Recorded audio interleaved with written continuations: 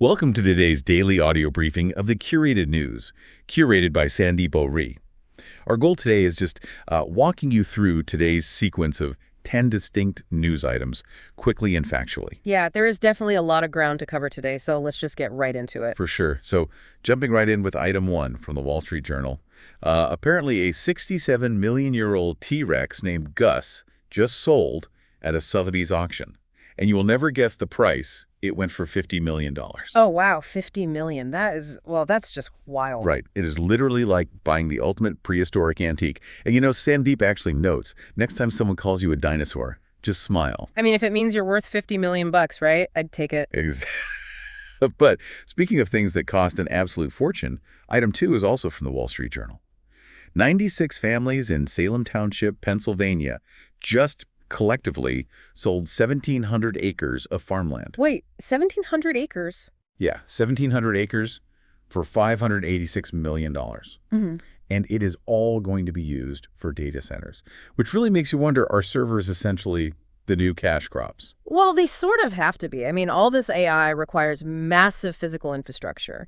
These data centers need so much land and robust power grids that the digital revolution is basically terraforming rural real estate. Yeah, totally. And shifting to the defense sector for item 3, the Wall Street Journal reports that a 3-year-old U.S. startup called Neros just won a defense contract worth $500 million. $500 million for a startup. What exactly are they building? First-person view drones. The focus here is on cheap, mass-produced asymmetric warfare tools using, modern electronics. Wow, the hardware space is just exploding right now. It really is. Which actually ties perfectly into item 4 from the Business Standard. There is this software startup called Emergent that just hit a $1.5 billion unicorn valuation. Oh, is this the plain English coding one? Yeah, exactly.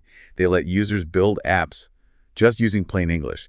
It is basically like a universal translator for computer code. And the crazy part is they are headquartered in San Francisco, but the team is mostly sitting in Bengaluru. That global dynamic is fascinating. And, you need hardware to run all that AI, which brings us to item 5.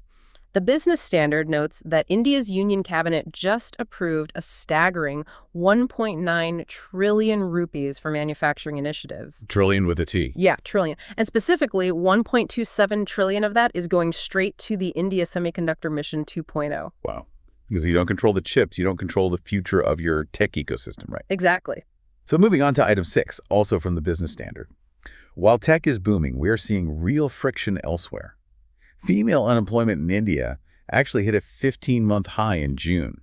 Sandeep adds here that at this rate, we can just forget about gender parity and remuneration. It is a really stark contrast to all the growth we just talked about.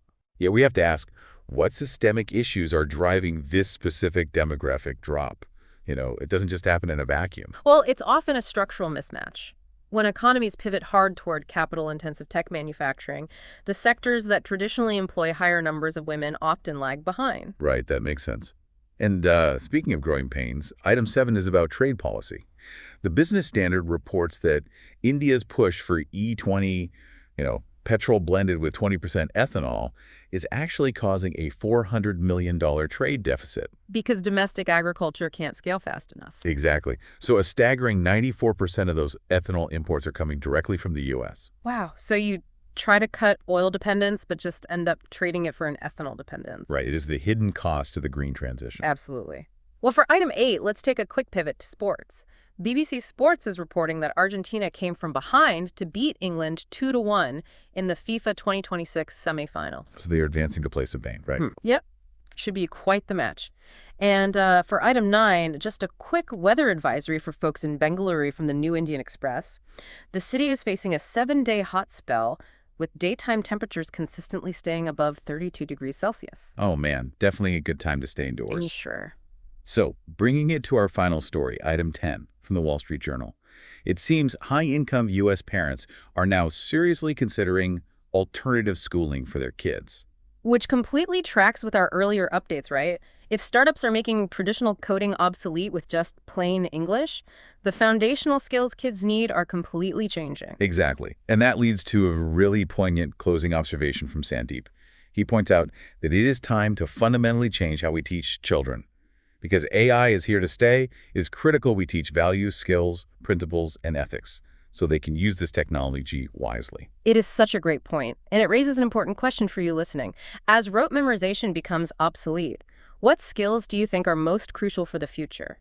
Definitely something to think about. And wrapping it up for another Thursday morning is this.